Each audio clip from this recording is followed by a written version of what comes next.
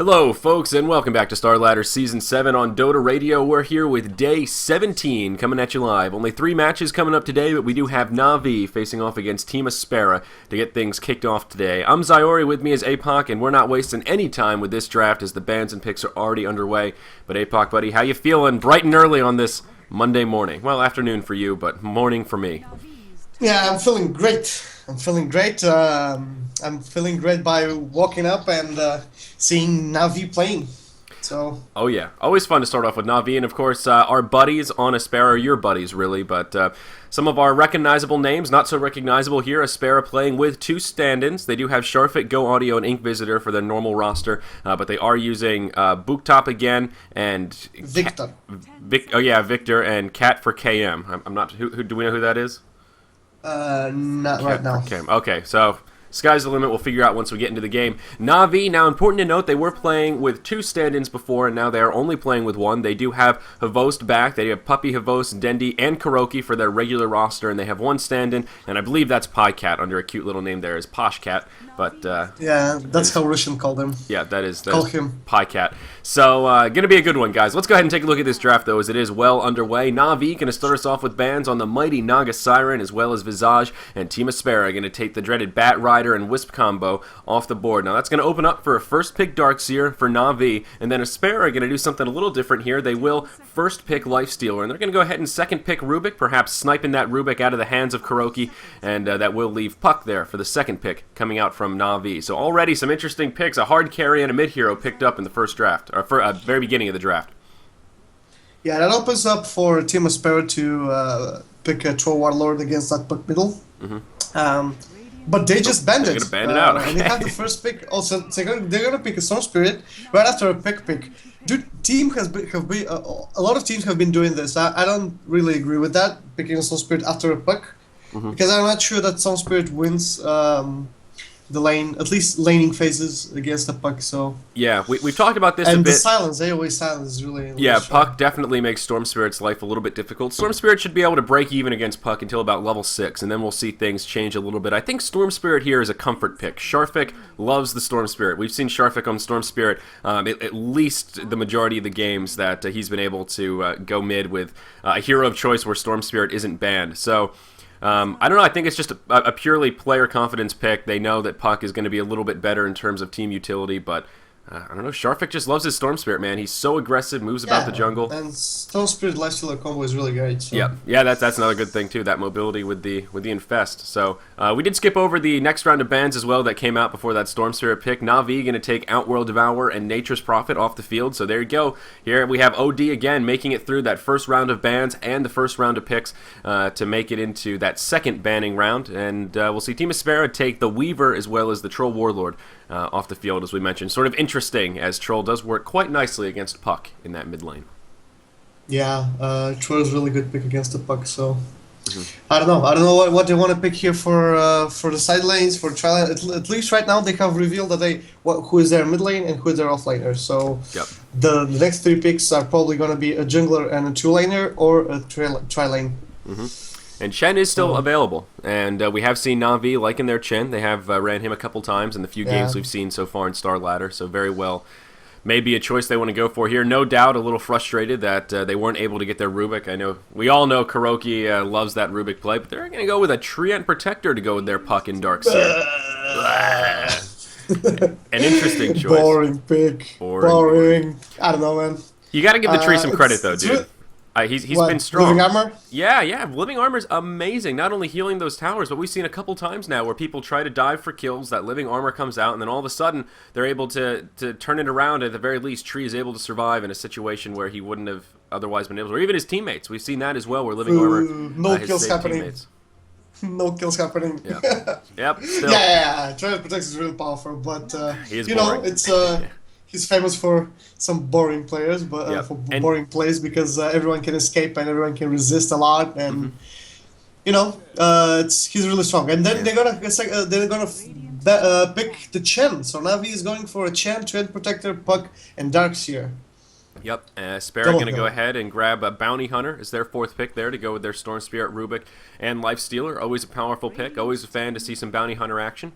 Does Oh change yeah, I really love Money Under. the state of the game a little bit. Yeah, a lot of powerful abilities for Rubik to steal this game. Across those 4 heroes of Navi, all of them have something that Rubik can do some dirty work with, especially Treant Protector. Interesting to see him picked going into a Rubik, just because Overgrowth is one of those great ultimates. If you can steal it, oh man, that's a good one. That can turn things around. Yeah, the Treant Protector, since they ever since they removed the overgrowth damage, because your ultimate used to do, I mean, Treant Protector's ultimate used to do a decent damage. Yep. But ever since they changed that in that patch 2.78 or 1.68, I don't recall what is it, but ever since they did that, they buffed the living armor to be global and to block the damage, they reworked that.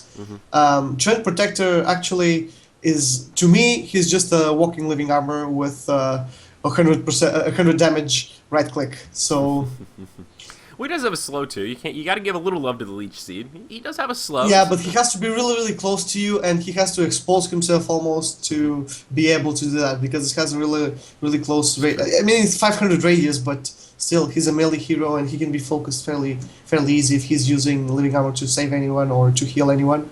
It's true. That's not him. It's true. Treant used to be known as just that tanky force when living armor used to work a bit differently and give you kind of that permanent armor, well, not permanent, but long duration armor buff.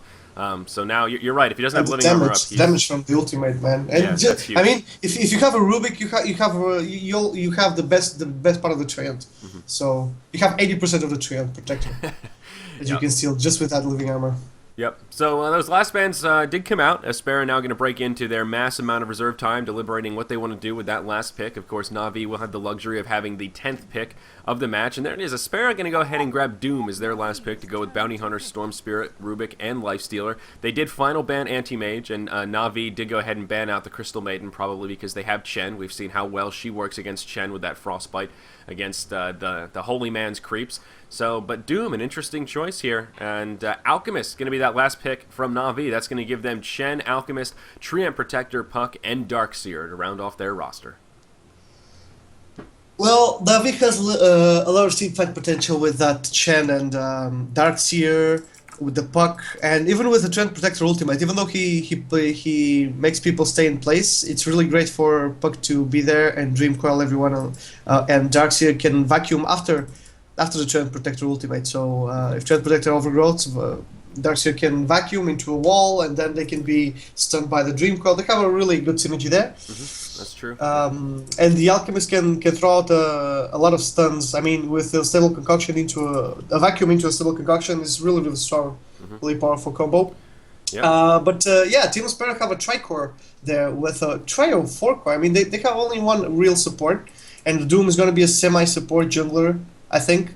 So they're gonna let Go Audio farm in the bottom lane, or they're gonna make a tri-lane top and make Go Audio farm. Because I know that Go Audio is a farmer and he's playing the Bounty Hunter. So I'm not sure if Go Audio is gonna be solo laning a hard lane or something with that pick. That's a good point. I would have expected the opposite there between Ink Visitor and Go Audio, swapping the heroes they chose, the Lifestealer and the Bounty Hunter, because we see Go Audio in that primary farming role, the anti-mage, your extreme hard carry more often than not. So you're right, we'll see how they opt to lane this, and it could get a little rough for Aspera in that early phase. They don't have that same amount of kind of team fight synergy that Navi has. They've got those big AoE ultis as well as the AoE Chen heal, and even Alchemist is going to be able to carry just fine in this match. I'm sure this will be a time where we're going to see Havost probably go for an early hand to Midas, probably going to want to grab those early points in Greevil's Greed, and just go into Farm Town and getting pretty powerful by that 30-minute mark. We've certainly seen our share of farmed Alchemists get out of control by that early mid-game there.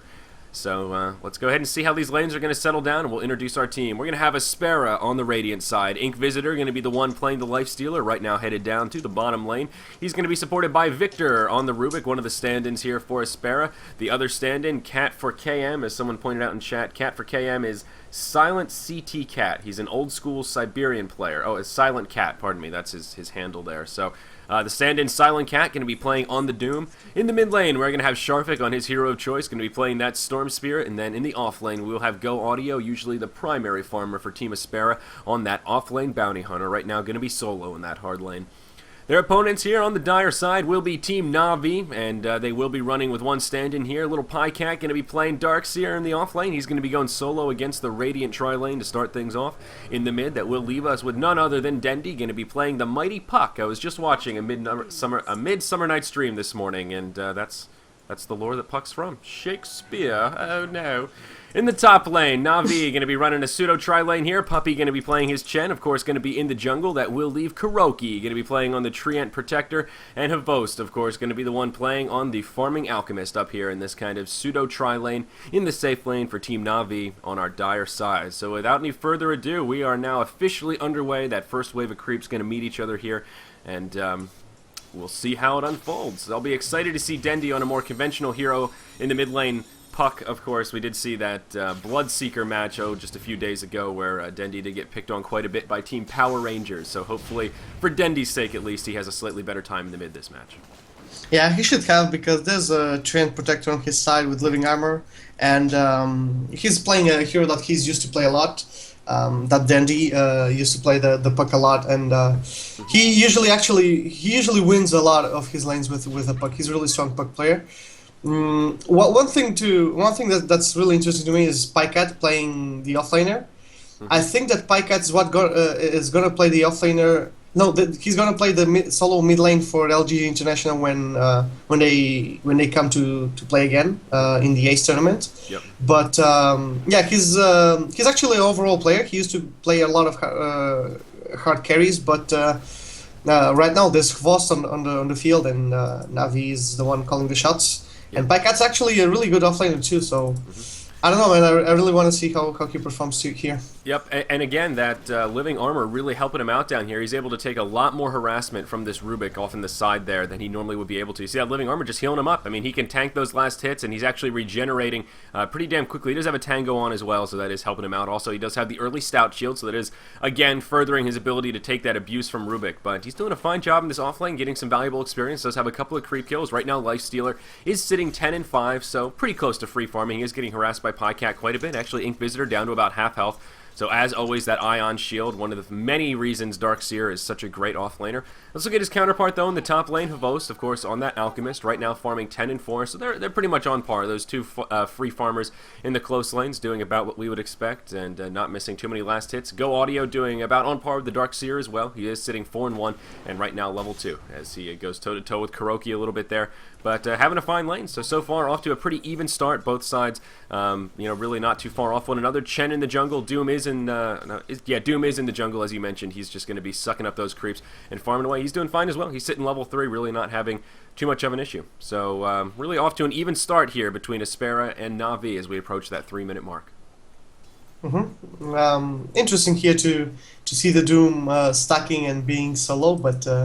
That's what you gotta do when you're the Doom, probably. He's having a hard time, but yeah, he's gonna mana up and use a potion, so yep. It's gonna be easy for him. Dendy, actually, in the mid lane, is 14 for 10 almost, so he's almost a whole level up against Aspara. I mean, half a level. He has half a level, yeah, half a level. Dendy is winning for half a level his lane, and that's really interesting to see here that. Yeah, the Stone Spirit is actually losing in the lane phase. So yeah, I mean, yeah, you can say that he's losing because Dendy has the same amount of experience, but he has a creep wave coming in with 2 range creeps. That's really interesting. Yep. On the bot lane, Pycat, the little trouble. Uh-oh, he certainly is. Living Armor going to get used. He's going to micro behind the trees, but I think he's going to get sandwiched here. He's going to use that Surge, but he's going to be blocked in by the big beefy Doom there. He's going to try to eat through the trees. He's trying to micro his way around, not going to have an exit strategy. He's out of tangos, and he can't get through. He's still alive somehow. That Living Armor working wonders right now. Ion Shell doing a lot of damage, almost taking out the Doom, but it's not going to be enough, and down he goes in that 3v1. So Pycat kind of microing his way about those trees in the wrong fashion. If only he had just one more tango, he probably would have been able to survive, but alas, he does go down. That's going to make it 1-0 here at the 4-minute mark as Victor on that Rubik going to be the one to grab that bonus gold for that first blood.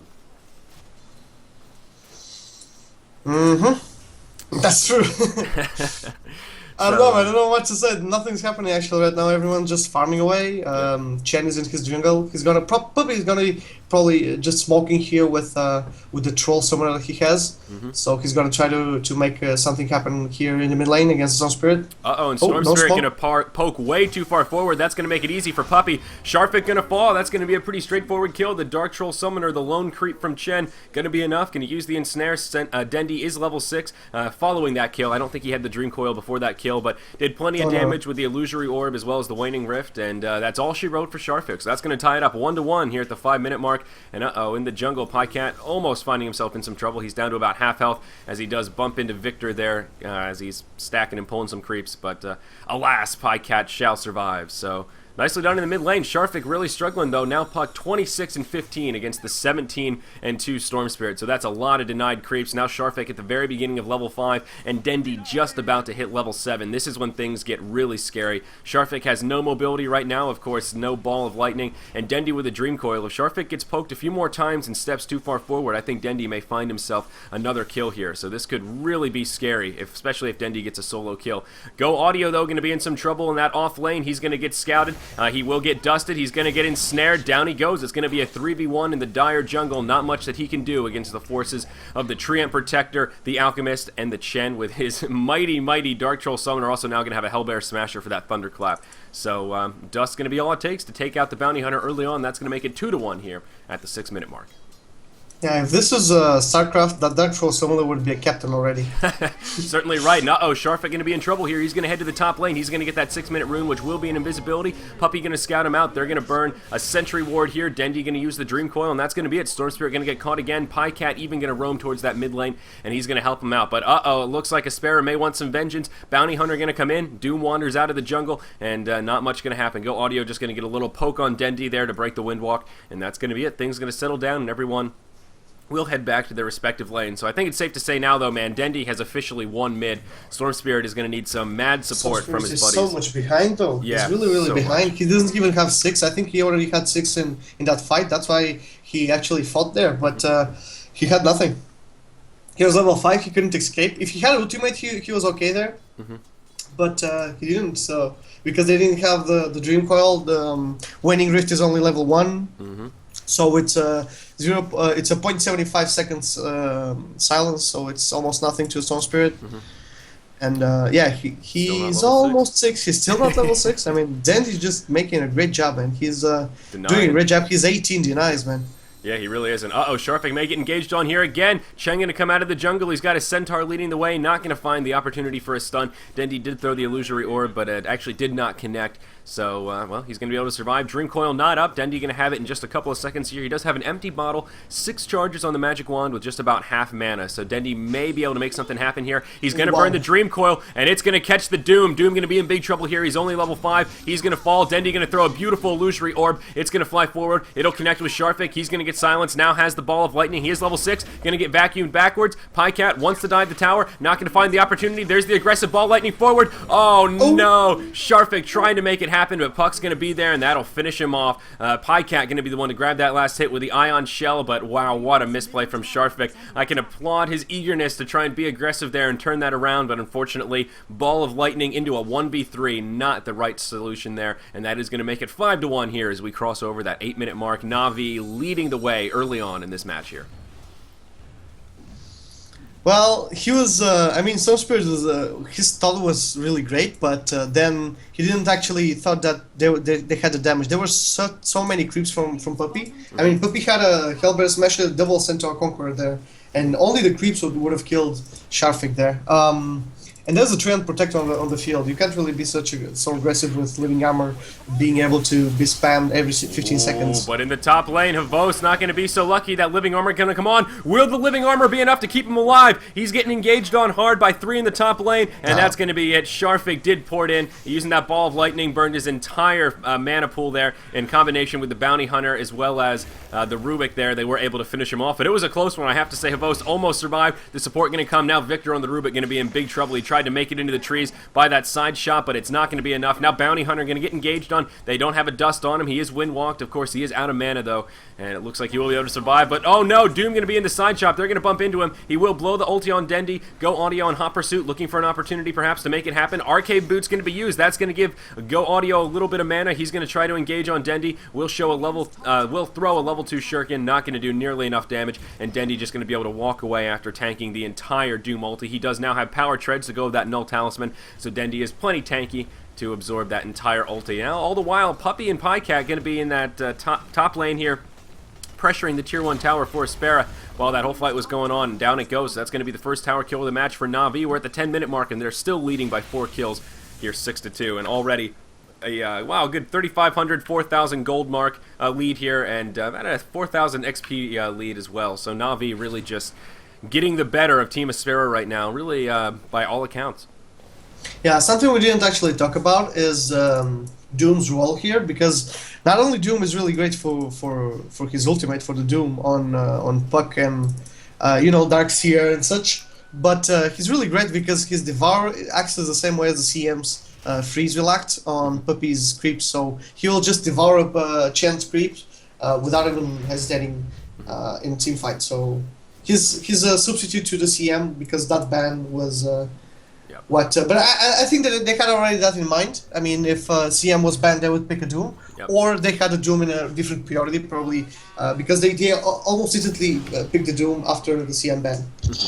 Yeah, you're exactly right. As the last man in, the last pick, it does make you wonder a little bit if those roles were meant to be interchangeable here. And unfortunately, Doom hasn't had a real driving force in this match so far. He got caught in that first engage there near that tier 1 tower in the mid, kind of with his pants around his ankles with that beautiful Dream Coil. And he did pay the ultimate price. But speaking of the ultimate price, Havos going to be in a little bit of trouble down here. Doom going to be used on him as Go Audio, Ink Visitor, and Silent Cat do engage on him. That's going to be an easy kill. Havos just trying to find an opportunity to free farm. And he is in the bottom lane, was right near the river right there, but with no wards down for the Dire side, had no clue it was coming.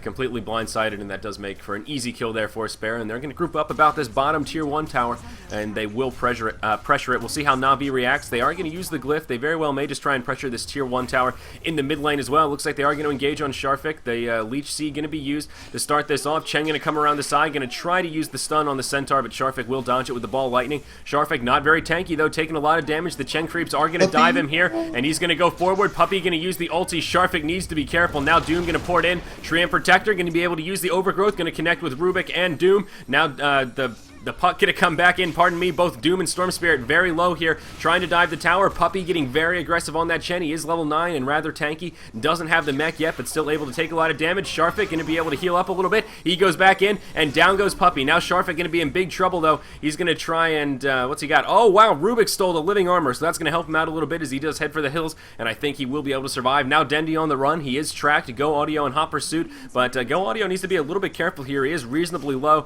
and if he does reveal himself, I think Dendi may be able to finish him off. Now, while all that was going on, Alchemist was able to grab a kill on top of the Lifestealer down behind the tier 1 in the Radiant side of the bottom lane, so it looks like Avost was able to dive and pick up a kill down there. So that is further news for Navi, and that fight ends up kind of a 2-for-1 exchange in favor of Navi across the map, now 8-4 around that 13-minute mark.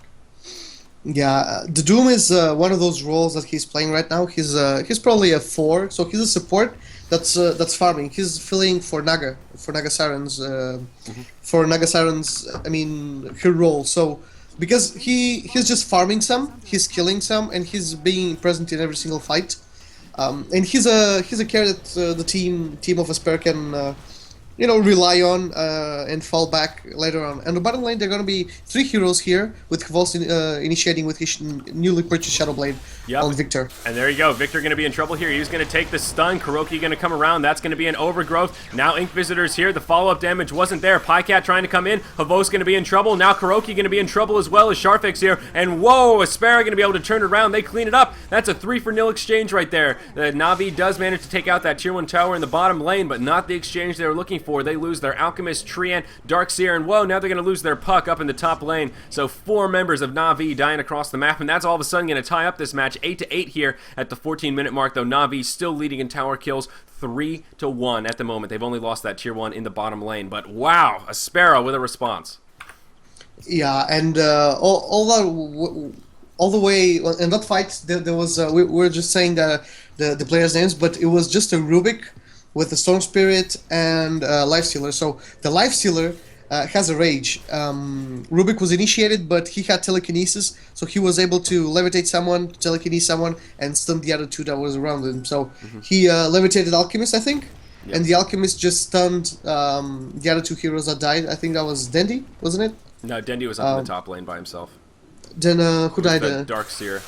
Oh, it was the Darkseer. Yep, the Darkseer. And whoa, hold that thought for a second here. Havos going to get engaged on up in the top lane. He's solo near that tier 1. They're going to dive him. Darkseer going to port in. Sharpik going to dive the tower as well. Living armor being used. And Havos going to be able to survive. The power of the living armor going to keep him alive. So a noble effort from Aspera in that top lane. Sharpik actually with a haste rune on right now. And they do not secure that kill. So there you have it. It's going to continue the tie here. 8-8 at the 15-minute mark. But yeah, go on with that last engage. Yeah, the thing is that Aspera has more elusive heroes than Navi has. So I mean, Navi only has a puck, and Team Aspera has a bounty hunter. They have a puck with telekinesis with a sort of an AOE stun. They have they have the bounty hunter, the life stealer with the rage, the SS with the storm spirit with the ball lightning. They have a lot for survivability and being able to juke around in a team fight. While Navi just has to be there in the face. I mean, they have a trend protector that has to right click you or just be around you to throw his abilities. You know, they have to have a Darkseer that has to be up close with the vacuum. Even though the Darkseer has a surge, I mean, surge you can actually be disabled, and you know it's not a stun or anything. You just have to run. Yep. And the chain is already there with the right clicks and the quick creep, so they're fairly close. Right outside the Roche pit, we're going to see Sharpik engage on Dendi. He had the surprise inside, as now we're going to see Ink Visitor try and do some damage here. The Storm Spirit going to get taken out right away, as he did get caught in an overgrowth. Nicely done from Kuroki there. Storm Spirit going to buy back right away. He's now the only one to go down. Puppey on the Cheng going to be in big trouble. He's going to fall. He did have mech, but it was used. Not going to be enough. Doom going to be used on Dendi on that puck, and it is going to expire. He's going to be able to illusory orb away, but not going to be good enough for the Doom here, as he's going to fall to the wrath of the Alchemist. Now the Darkseer going to fall, so that's going to make this exchange still way in favor of Team Aspera. When it's all said and done, I believe that was a 2 for 3, but the Storm Spirit did buy back at the very beginning, so that's going to take it now 11-10 at the 16.5-minute mark. Aspera actually leading the way in hero kills for the first time in this match. That experience graph looking much better for Team Aspera as they get closer to that 0-0 mark, and that gold graph certainly going to jump in their favor as well, still trailing by just about 2,500 gold. Now they are going to group up and pressure this tier 1 tower in the mid lane. Not sure Aspera is going to be able to finish it off, but that was some keen initiation right there. They did smoke up. They were ready for it. They did have the Infest on top of the Storm Spirit. He dove right into Navi as they were crossing between that ramp right outside the Roche pit and over onto the dire side of the Ancients there on the river. So a great initiation, and there was really was a ward down for the Radiant side, so they did have vision of it, and just a great opportunity to engage. Navi not going to be deterred, though. They are going to group up, and it looks like they will continue their efforts to take out Roche here at the 17-minute mark. They do have some Chen creeps in there as well. All 5 of them grouped up about the Roche pit. The ward is far on the Radiant side of the river, so Aspera may not know they're back in the pit. Looks like it's going to be scattered out by the Doom, so they will contest this. Yeah, I'm not sure if they should contest because they don't have the really big ultimates. Yeah, they don't have the Doom for any 10 seconds. Roche getting low. Doom going to walk in. Is he going to do it? Nope. Looks like he's just going to feign some pressure here. Roche going to fall. Aegis going to come out. It's going to go into the inventory of the Alchemist. Doom going to be in trouble. He's going to get caught by a vacuum. Doom going to fall. Now Go Audio on the Bounty Hunter. Maybe in a little bit of trouble as well. The Overgrowth going to be used. Looks like it was stolen. No, it was not. Unstable Concoction stolen right now on the Rubik. So Overgrowth was used, though. Did delay Team Aspera. They're all on the run. Doom's still the only one down. Now Rubik going to eat a Concoction to the face. Down he goes. Darkseer going to be the one to grab that last hit. That's going to make it a 2-for-0. That was a classic case of the shit or get off the pot for Aspera right there. They either needed to commit to contesting Roche or they needed to just commit to getting the hell out of there, and instead they kind of, to use the lack of a better term, pussyfooted around a bit, and Doom got caught in the fray right outside of the pit. So Navi going to get a couple of free kills alongside an essentially uncontested Roche kill. Of course, Aegis still in the inventory of the Alchemist. Yeah, and that's exactly it. No, they went in, they pussy around the Roche pit. They didn't have any ultimates, big ultimates. They didn't have a team. They went one by one, and that was the big issue. That was exactly what I was thinking that they shouldn't do. Yep. I completely no agree ultimates with you. or nothing. So. Yep. Exactly. And there was right. overgrowth for the Treant. I already saw that happening. I mean, the overgrowth went into an unstable concoction with a vacuum. So they had Navi had everything, and Aspera didn't have because they had just wasted it in the previous fight. Yep. You're exactly right about that. Let's take a look at some inventories here because some big items have been picked up, especially on the side of Navi. Puck now gonna... Oh, we're gonna hold that thought as there's gonna be initiation. Puck has a blink dagger now, and he's gonna use it to initiate. Gonna hop in. It will use the Dream Coil. Gonna connect with the Doom, the Rubik, as well as the Bounty Hunter. Doom now gonna be used on the Darkseer. No one gonna fall in this engage quite yet. And looks like did he steal a vacuum? Yes, he did. Gonna try and suck him back, but not gonna be able to do it. Pycot's still doomed. Pycat gonna fall now. Nothing he can do. No way to surge, and he is gonna fall. Now Puppy gonna find himself in a little bit of trouble. He's gonna be engaged on. He's tracked right now. He's not going to be able to make it away, and I think he's going to fall. He's being pursued by 4 at the moment. The Storm Spirit just chain slowing him, and down he goes. Sharfik going to be the one to grab that last hit, so that's going to be 2 kills in favor of Aspera. Navi still going to have the Aegis. It is in the inventory of the Alchemist, but getting a bit hyper-aggressive there, I think, to say the least. Now, I wanted to just mention a few items.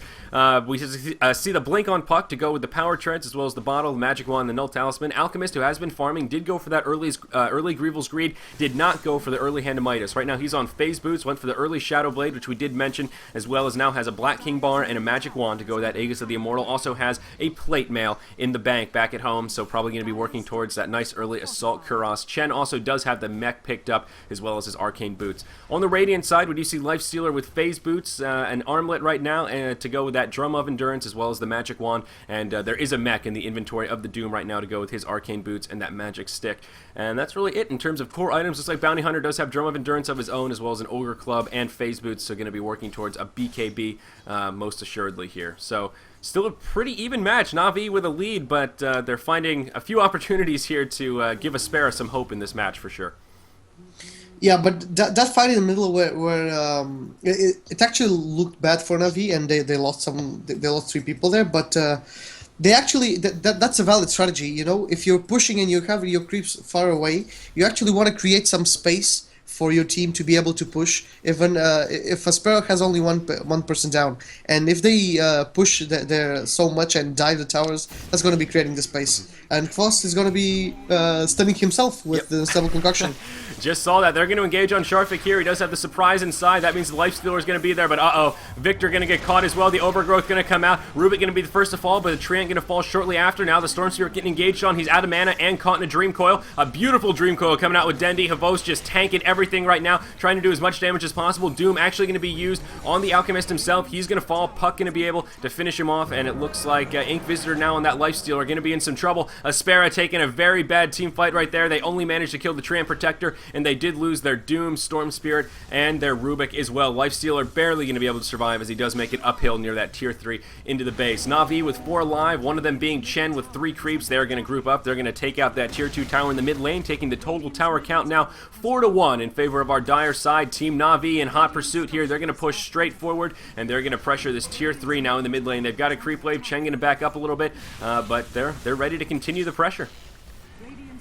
And it might have been a mistake. Are they going to get engaged on here as they do push out of the base a little bit? Aspera going to have a response. Sharfik going to go flying out with that ball lightning. Going to engage on Pycat on the Darkseer. Now it's Unstable Concoction going to be used on Rubik. Rubik going to be in big trouble. Puck going to blink in. There's the Orb. There's the Waning Rift. Down goes Rubik. So that's going to make it a 1-0 in this little reset fight here in favor of Navi. They're playing this very cautiously though. They don't want to dive that tier 3 tower. Again, the Glyph has already been used, but that tier 3 tower with plenty of health left. Navi being very cautious here, as they well should be. Using that living armor, helping quite a bit as they continue to fight, reset, and then engage again. That little bit of living armor regeneration they get is really helping out as a team. We saw all 5 of their members right now really in green health. They're all above 80% or so, Dendi being the lowest as he takes a little bit of harassment, but all of them in very high health. Sharfik again going to hop out of the base. There's the ball lightning forward, going to try to engage on Puppy. Going to use the electric vortex. Puppy going to mech. He's going to survive. They turn it on Sharfik. Down goes the Storm Spirit. Now they're going to continue on. Ink Visitor going in. The Overgrowth is back up. They're going to go hard. Aspera may be in trouble here. I don't know if they want to take this engage. Doom now going to fall. That's going to make it a 2-0. They're trying to chase down Go Audio. He is windwalked right now. Do they have a gem? Do they have detection?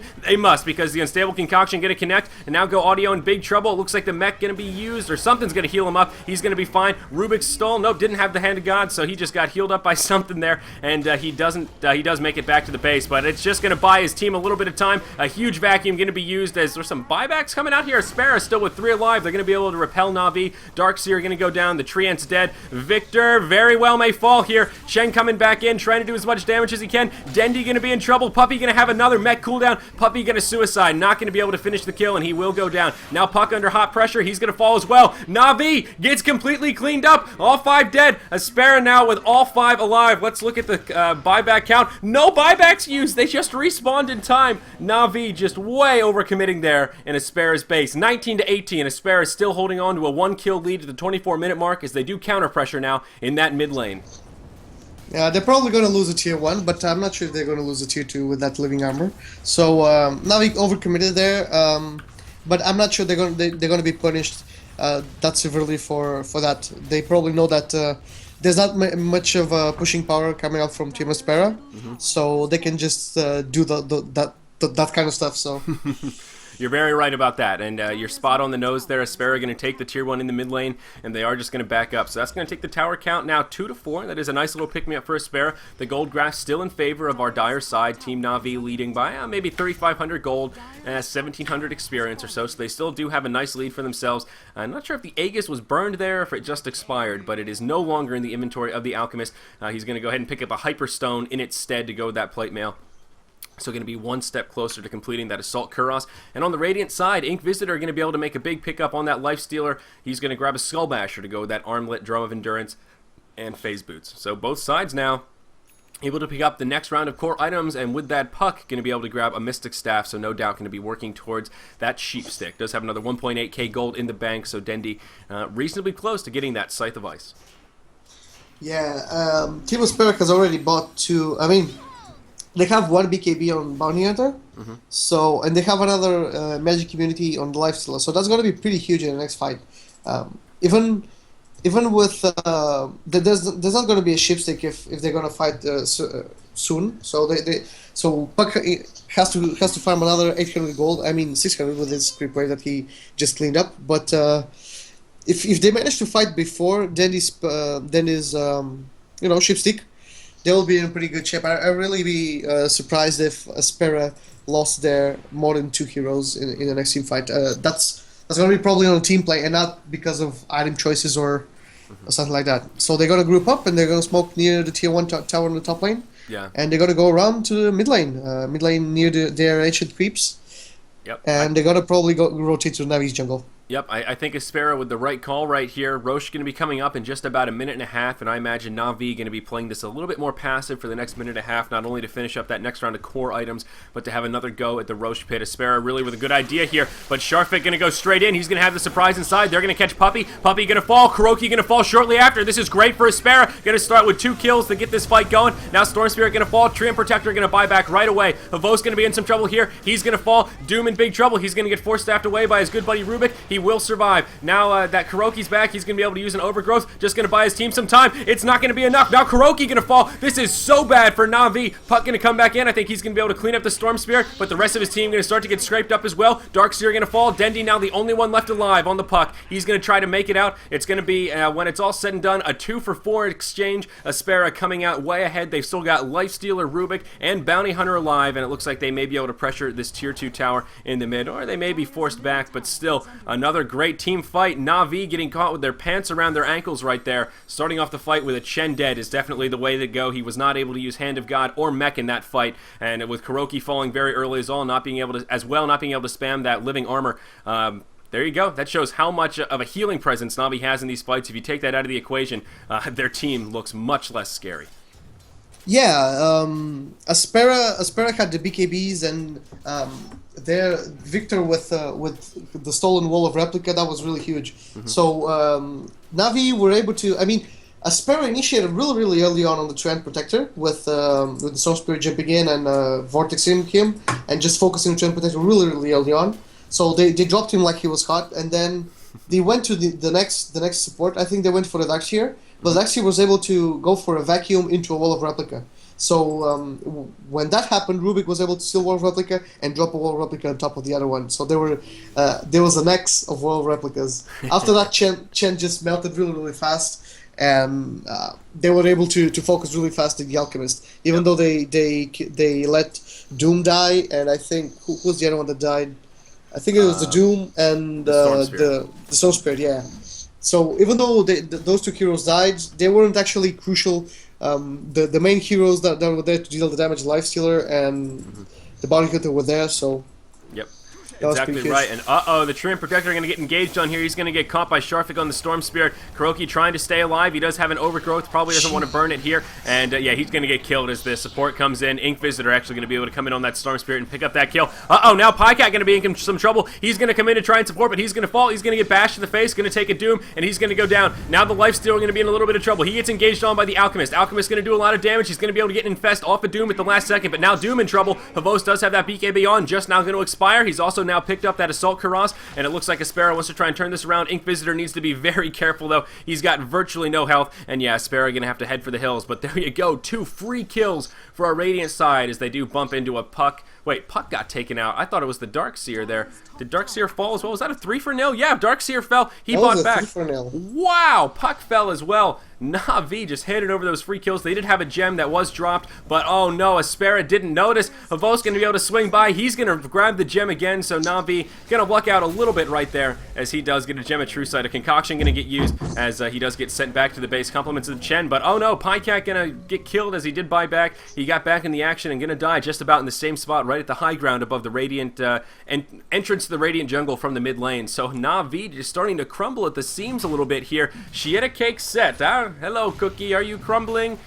28-20, 30 minutes in here. Aspera, do they have the gold lead? They do, leading by about 1,800 gold here, 6,000 experience. They're going to move into the Roche pit, and they're going to try to make it happen. Alchemist charging up Concoction. He wants to come in. He's going to finish off the Radiant Courier as it comes in. He's going to be able to use the stun onto Victor. Victor going to fall to start off this fight. Roche still alive with about 2,500 hit points. They're going to come outside the pit. Roche going to get caught in the overgrowth, and oh no, this may be bad for Aspera. Rubik fell first, and next to fall was the Storm Spirit, but they're going to be able to turn it around on the Chen. Darkseer is still dead. It's a 3v3 on the field. Go Audio now going to engage hard on the Treant Protector. He's tracked. Not much Kuroki can do. Go Audio. He's going to back off. He sees a port coming in, and he's going to let the tree live. He's much more kind than I would have been in that situation, but the Alchemist going to fall. All the while that was happening, they're going to be able to pick him off. The Lifestealer barely going to survive. He's got 90 hit points left as he hops inside the Doom. Oh my gosh, that Infest Micro. Something else. Havos going to buy back. He's going to port to that mid tier 2 tower. Roche still really low as both sides continue to engage here. Aspera want to make it happen. I don't know that they're going to have the resources, though, as Navi starting to group up about the pit.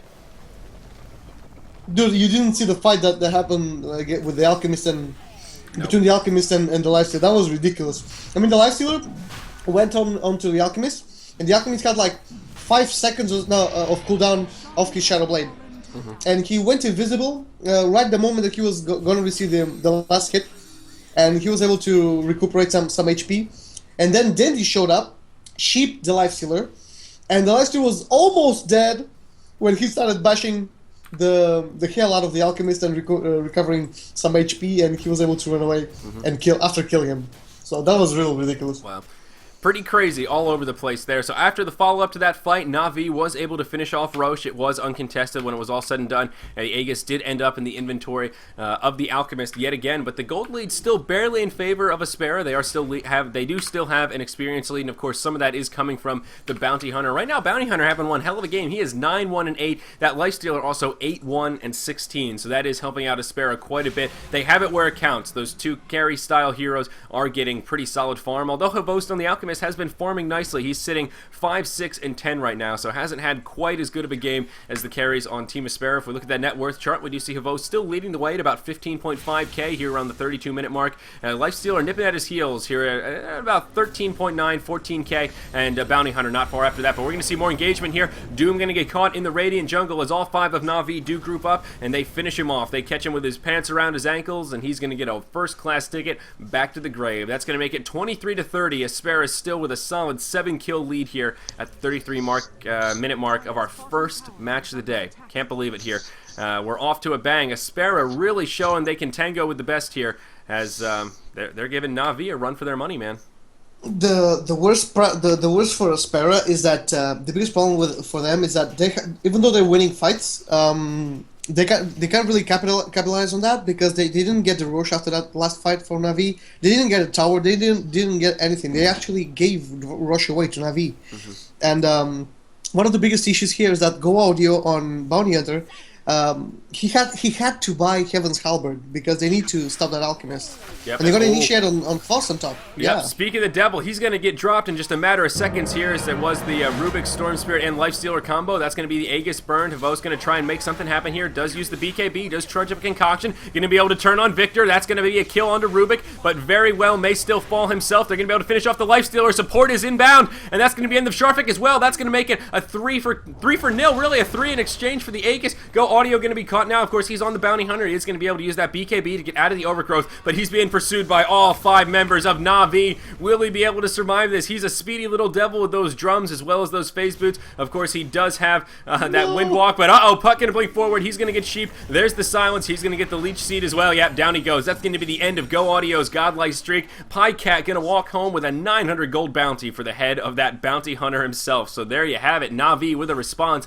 They're going to get a 4 for Aegis exchange up there in the top lane, and now Navi going to be able to group up about the mid and pressure this tier 3 tower in the mid lane. Aspera, what do they have in the way of buybacks? They've got a couple. Bounty Hunter very well may need to burn it, as will Lifestealer here. I think they're both going to be down for another 30 seconds or so. Storm Spirit coming up in just about 5, and he does not have a buyback. Lift going to be used right away. Navi chopping away at that tower. You chop that wood, Havo, so look at you. This Alchemist is out of control here, and that tier 3 tower is going to fall. Pipe going to be used by the Darkseer. Havo's going to back up. The tier 3 falls. They do hold. Now Navi going to back out of the base. Sharfik going to go forward. He's going to use the Electric Vortex to initiate on the Darkseer. He's going to get stunned. He's going to be the first to fall. There's the vacuum, the overgrowth, all that team fight presence of Navi coming out, but Aspera may be able to hold, maybe not. They do finish off the Alchemist. They get a counter kill onto the Puck as well. Lifestealer still alive. Now Puppy in a little bit of trouble. Kuroki trying to take a little bit of that heat off his good buddy Puppy, but Puppy gonna fall. He's gonna take a bash to the face. He does manage to keep the Darkseer alive though, as he gets that first class ticket back to the friendly well, as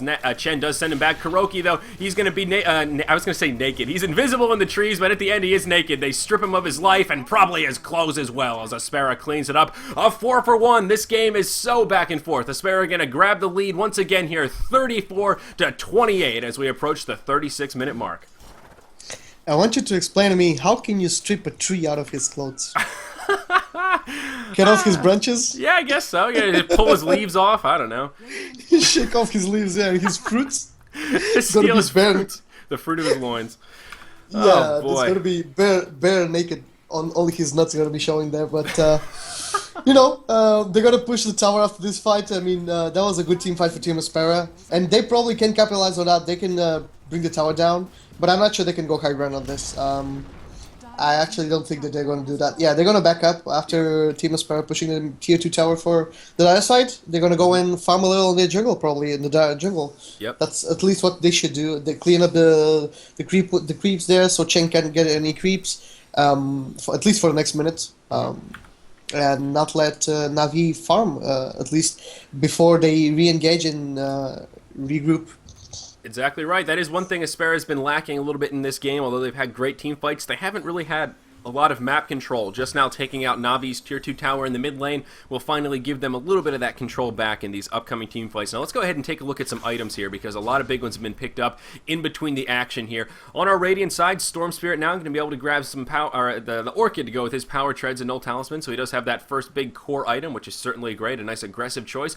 Doom going to be going that classic aura build. Right now does have the mech as well as a Vlad's offering and 4,500 gold in the bank, and that's going to double with his critical strike as well as the pack leader's aura that he's got from those devoured creeps right now. So we'll see what he invests in with that 4,800. There's already an Assault Kuros on the field, really for both sides. BKB. He just bought a BKB. There it is. Yeah, he's going to right-click that BKB. Exactly right. Lifestealer now does have an Assault Kuros, a Skull Basher, and an Armlet to go with that drum as well as those phase boots. He's actually going to hop inside Sharfik there on the Storm Spirit, and they are going to smoke up in the mid lane. We'll smoke up with the Doom as well, so it looks like Aspera wants to stay aggressive. Rubik has had a Force Staff in this match for quite some while here. That was the last item he picked up. And Bounty Hunter, we mentioned he has the Halberd as well as the BKB to go with his Drum of Endurance as well. So 3 Drums of Endurance there on the side of Team Aspera. Right now, Aspera roaming about the dire jungle, looking for an opportunity to engage. Navi is grouped up in the dire jungle right now, but on the opposite side of it, so Aspera going to get a little dose of bad luck right there as they don't bump into somebody despite being within close proximity, but I think they're going to discover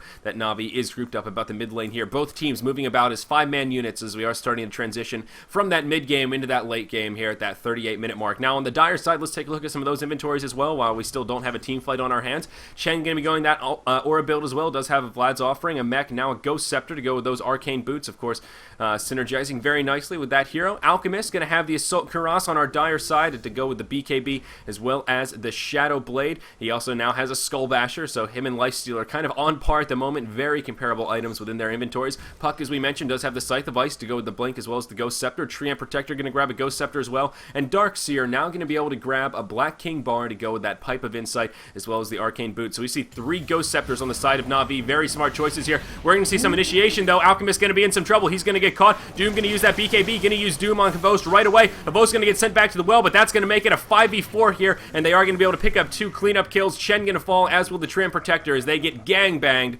by the masses of Aspera. So their mighty hero, the Alchemist, does get sent back to the base, compliments of Chen, but it does cost them a Treant Protector, and the Chen himself, both of them going to be down for about 40 seconds now, as Aspera going to group up straight into the mid lane as a 5-man unit. This should be Rax, man. This should be Rax. I mean, Team Aspera can't lose a 5 versus 3, and they should go to Rax right now. Yep. They absolutely should be able to. Treant not going to have a buyback, nor will the Chen. This is a 5v3. Navi going to engage it. They're going to go straight in. Havost on the Alchemist doing a lot of damage, but he's going to get stunned. Pipe's going to be used. Havost going to have to head back towards the base here. Pycat on the Darkseer going to be in some trouble as well. Alchemist going to fall. Down goes the Darkseer. Alchemist going to buy back right away. Treant and Chen still dead, and that mid tier 3 tower is going to fall. Is there a glyph available for Navi? Indeed there is. Right now it's just Dendi and Havost. They've got a Puck. They've got an Alchemist, but will it be enough to keep their racks alive? They're going to throw a stun on the Lifestealer. Now the glyph going to be used. The Treant Protector has respawned. Chen going to be coming up in just about 1 second. There is an overgrowth. There will be a Hand of God, and Navi going to be able to repel them out of the base. They're going to go straight forward. A long-range unstable concoction going to connect with the low HP Lifestealer. He's going to be in a little bit of trouble. Navi going to come in. The silence, the orb, not going to be enough. They will be able to finish off Rubik, but the counter engagement on the Alchemist, he's taking a lot of damage. He's headed for the hills. Looks like he's going to survive as he does get back to the base. Chen going to port him back, so Lifestealer going to fall, as will the Rubik. Rubik going to buy back right away. Lifestealer going to stay dead for now, and it looks like that will be the end of the engage as Aspera does head for the hills. So they do clear out that tier 3 tower in the mid lane. They don't get the racks, though. The melee racks are going to get down to just about 2/3 HP, but it will survive. Navi going to hold and buy some more time in this match. Now 41 minutes in, Aspera still leading 38-30. That gold lead marginal, but still in favor of Team Aspera. Great play there by Pycat on the Darkseer.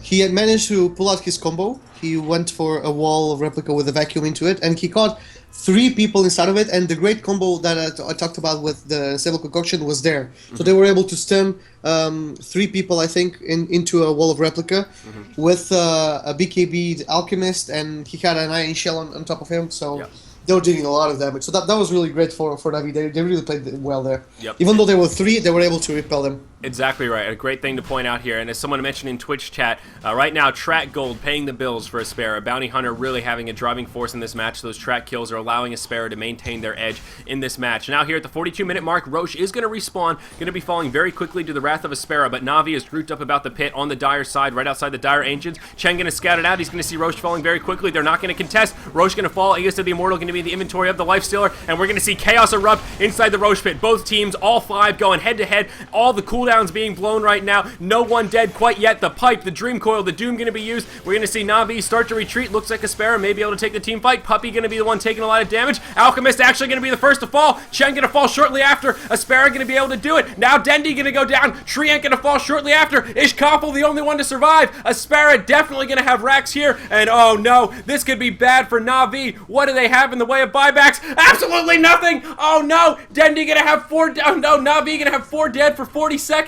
If Aspera can't do some damage here, this is going to be their golden opportunity to make it happen. Somebody call Willy Wonka, because I think someone's got a golden ticket.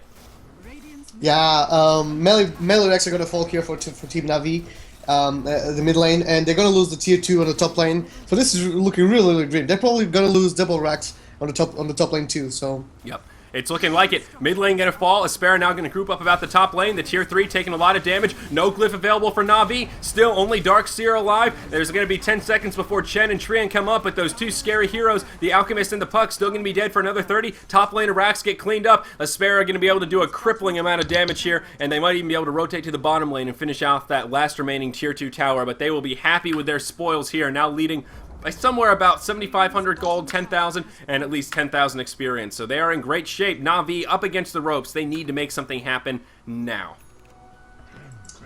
Oh man, if I knew that this was gonna go this way, dude, I would just bet on Team Aspera and get my 70% win rate, and that would be such an awesome, Yeah, amazing I mean, items. you're Item exactly pickups. right. The game's not over though, but they don't have any nature's prophet there, so it's gonna be really, really, really hard. Yeah. And there's no Lycan also. So Yeah. if they kind of Lycan with the TP boots, I mean the boots of travel, BOTs, that would be really awesome. That he's a really, really strong force of pushing. So sometimes I play a Lycan as a nature's prophet.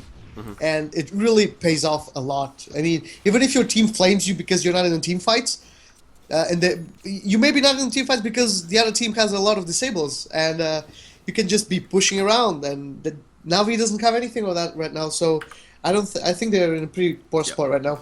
I completely agree with you, good sir. And following that team fight, of course, more big items have been picked up. Storm Spirit now going to be able to grab a BKB to go with that Orchid. Doom now going to be able to grab a Halberd. So that's two Halberds on the side of Team Aspera right now. One in the hands of Doom to go with his auras, the mech, the Vlads, and that BKB. And one in the hands of the Bounty Hunter. Bounty Hunter now also going to be able to pick up an Abyssal Blade to go with that BKB, Halberd, and Drum of Endurance. So Bounty Hunter becoming that much more scary. That's really going to help shut down that Alchemist even further in these upcoming team fights. Lifestealer probably going to be working towards an Abyssal Blade of his own. We're going to see him engage here. It's going to be right near the Dire side secret shop. They're going to go straight in. Storm Spirit going to be able to finish off the Chen. He does not. Does he have the surprise inside? Yeah, there it is. Inquisitor going to be right there. Aspera going to be able to group up and get into this team fight as well. Chen still the only one dead. All the ultis being used. The overgrowth. Now the pipe going to be burned as well. Navi looking like they may be able to hold their own in this fight. Sharfik very low, but he's going to be able to go back in. Pycat going to fall. That's going to be into the Darkseer. That's going to make it a 2-0 now in favor of Aspera. Navi in big trouble. The item difference really starting to show here. They haven't made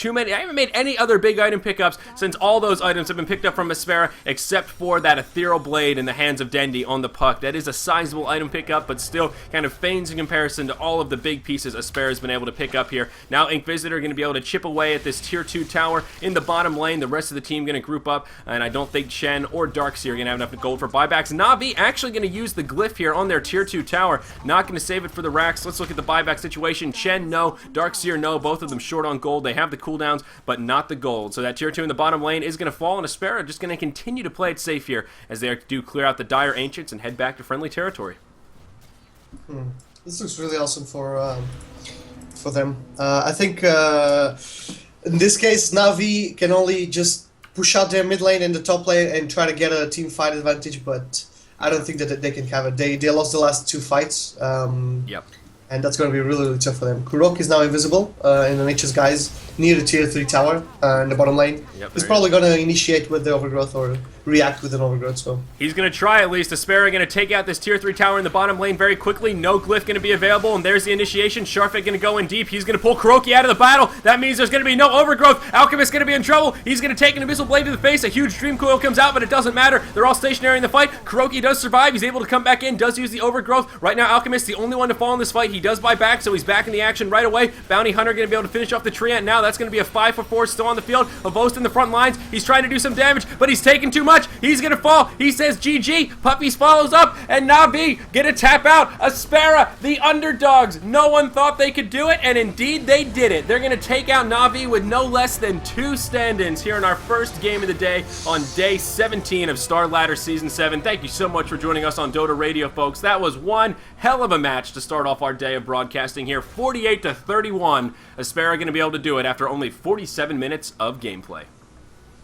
Oh yeah, one of the biggest issue I had with Aspera's lineup is that they didn't have a really big amount of damage output besides the Lifestealer, because Bounty Hunter went for a Heaven's Halberd into a BKB, so all defensive items, and he didn't have any damage output in the early on, but and you know the Doom was support Doom, so he had a Heaven's Halberd of his own, he had a Vladmir's opening and a mech. Mechanism, but Storm Spirit had no items, no damage items. He had only an Orchid with a BKB. The damage output there was Lifestealer, but then Bounty Hunter managed to pick up an Abyssal Blade, and you got to point out as well the 2 bad. Halberds from Aspera. Not often we see 2 Halberds come out on a team, and I think that definitely helped in that match as well. Double disarm. If you think about it, the only damage output that's coming from Navi is in the form of the Alchemist. So if you have two Heaven Halberds and just focus the Alchemist really quickly and he isn't able to right click on you, the Puck's not going to kill your team. He can just disrupt your team, but he's not going to kill them. Chen is not going to kill them. Darcy is not going to kill them. Probably he can disrupt them also, but they have no real damage output that the Alchemist really has to output, and they really knew what they were doing.